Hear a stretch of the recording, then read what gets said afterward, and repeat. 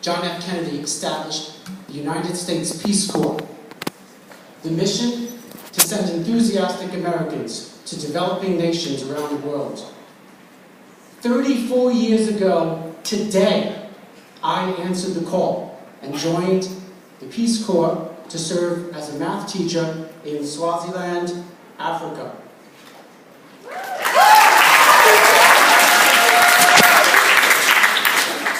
My parents threw a bon voyage party for me and invited all of my relatives. My father went to a party store and ordered a fake news headline that he thought was funny. New teacher in Swaziland. Math scores panicked.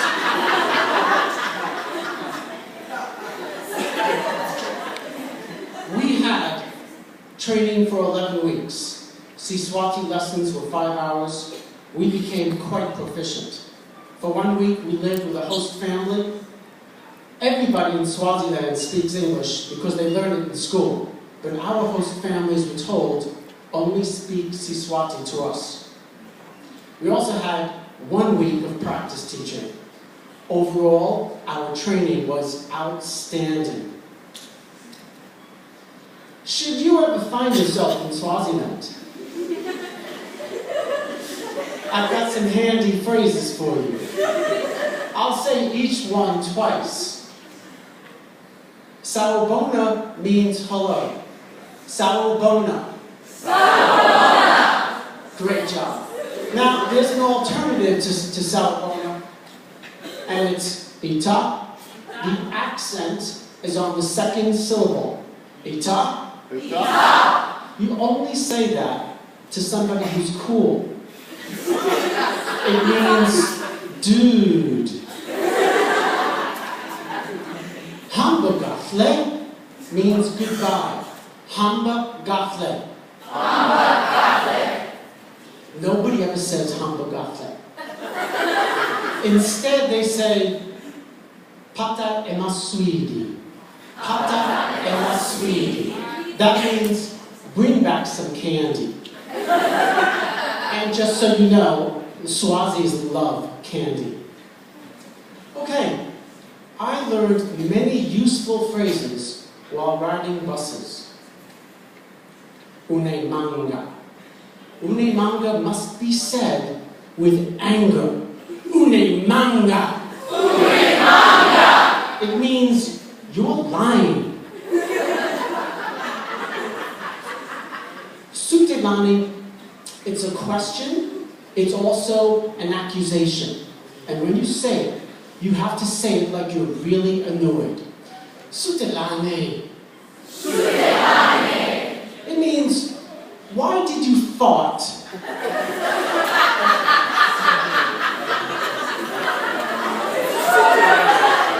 I was assigned to St. Paul's Secondary School in Swaziland, Swaziland's largest town, Manzini.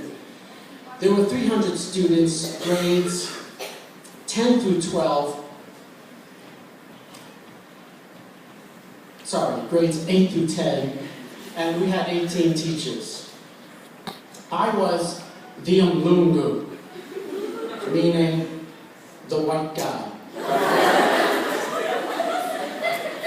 My classes typically had between 45 and 50 students. Swazi students are sweet, earnest, polite, and extremely well-behaved. Nobody ever interrupted me.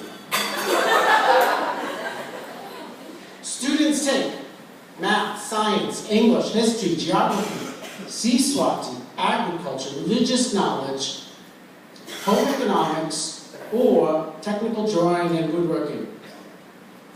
Swazi students are not perfect though. They have an obsession with neatness. Nothing in America compares to it. The perfect example, teaching linear equations. When a Swazi student gets the opportunity to start using their ruler, they don't know when to put it down. Of course they use the ruler to draw the x-axis and the y-axis They used the ruler to draw the arrows. Then, all of those hash marks. I saw kids using the ruler to draw the negative signs. And I think some of the kids were actually measuring to make sure that each negative sign was exactly 1 centimeter. A few weeks after this lesson, the headmaster asked the faculty to hand in their plan books. In my plan book, I had to write down the objectives of the lesson, the examples I was going to show, and the problems I was going to assign. Mine came back from the headmaster with a sticky note. See me. I knock on his office door and he says, Tom, you need to underline everything twice with a ruler. It needs to be much neater. Okay, in Swaziland, there's really not a lot of fun things to do. But I was fortunate because there was a movie theater in Swaziland, in Manzini. And I saw a movie every single Friday night, no matter what was playing. I'm embarrassed to admit this, but I actually saw Arnold Schwarzenegger in Conan the Barbarian and Conan the Destroyer. One weekend, I took a 2-hour bus ride to a Peace Corps party in a town called Spofanani. Very boring party. There were only 4 people there, including me. But I did find myself having a conversation with a fellow named Reed Hastings. And afterwards, I thought to myself, that guy, Reed Hastings, is going very far in life. He started a company you may have heard of.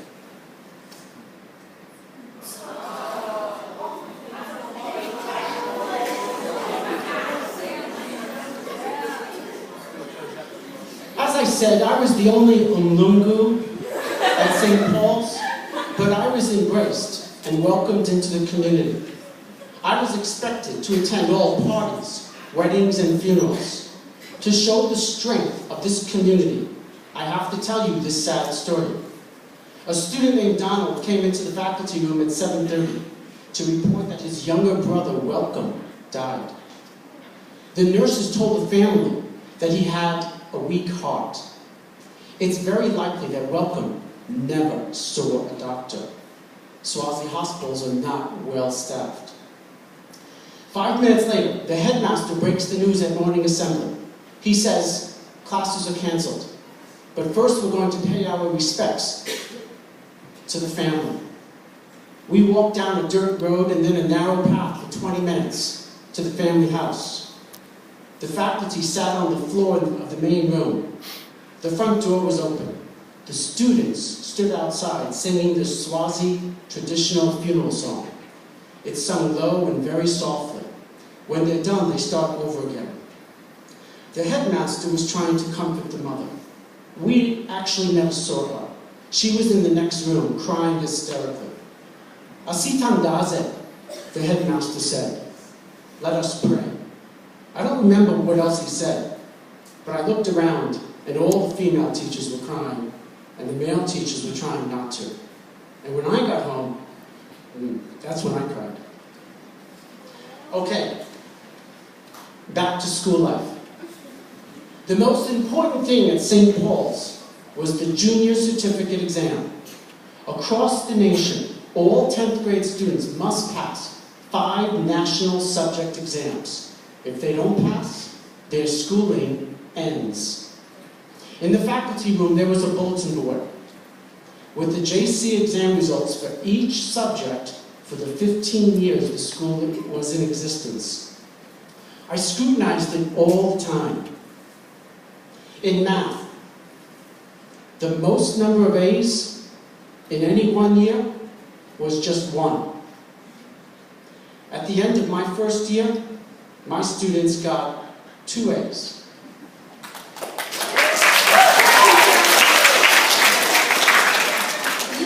say that I increased the record by 1, but I like to think that I doubled the record.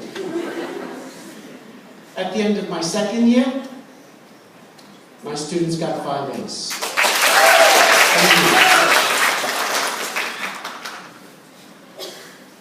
If I had more time, I could be up here for at least half an hour telling you dozens of stories. But I will briefly mention a few. On April 25th, 1986, I attended the coronation of the new king, Swaziland III. I never went to law school, but I was selected to be a judge at the semi-final round of the Miss Swaziland Beauty Contest. It's a very long and crazy story, and if you're good, I'll tell you another time. Through the magic of the internet, Facebook and LinkedIn, I've reconnected with some Swazi colleagues and students. Nonhlanhla Motsa was a student who was disliked by all the faculty because she was outspoken and always questioned authority. And that's actually why she was one of my favorite students. Later, she founded a women's rights organization and was later elected to Parliament. So I'm quite proud of her.